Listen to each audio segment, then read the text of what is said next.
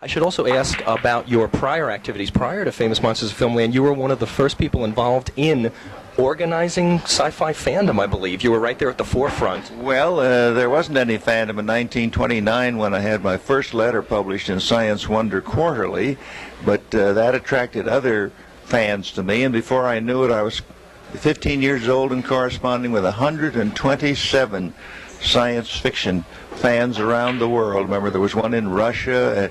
126 of them were male and one female, because females were as rare as a unicorn's horn in the earliest days.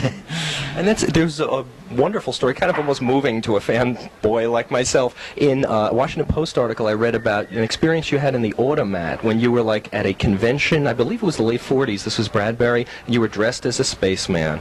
Oh, yes. Well, that was the first World Science Fiction Convention, 1939. Considering there are perhaps 6,000 people here at a local convention, why, it's amazing to think there were only 185 of us at a world convention. But we had a banquet so expensive that only 29 of us could afford it. I couldn't even manage to lend the money to Ray Bradbury because it was $1 a plate. Of course, no food, you understand, just $1 for a plate.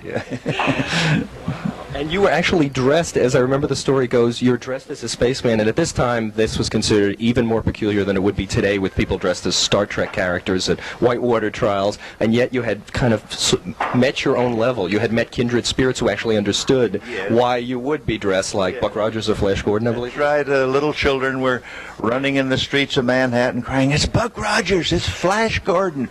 And there were two other things going on at the same time as the World Sci-Fi Convention. They had an Esperanto convention, the artificial language, which I know, and I went out to the fairgrounds, and they had a platform, and they were inviting people from whatever country they came from to come up and address the world in Spanish or French or German or whatever.